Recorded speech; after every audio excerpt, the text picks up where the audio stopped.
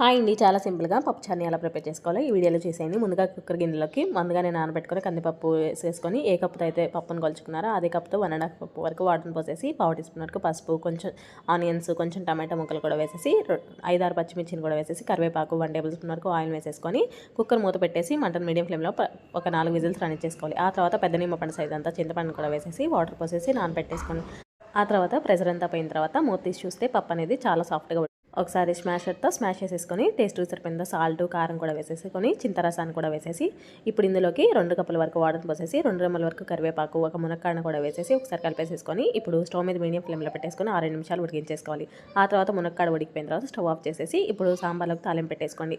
Stove మీద pan పెట్టేసుకొని oil వేసేసుకొని ఒక 1 టీ స్పూన్ వరకు జీలకర్ర, ఆవాలు కూడా వేసేసి దంచుకొని పెట్టుకుని వెల్లుల్లి రెమ్మలు, ఎండుమిర్చి కట్ చేసుకొని పెట్టుకున్న ఆనియన్స్ని కూడా వేసేసి కొంచెం కరివేపాకు, ఇంగువను కూడా వేసేసి వేయించేసుకుంటాం. ఉడికించుకున్న సాంబార్ని కూడా వేసేసి కొత్తిమీర వేసేసి స్టవ్ ఆఫ్ చేసేయండి.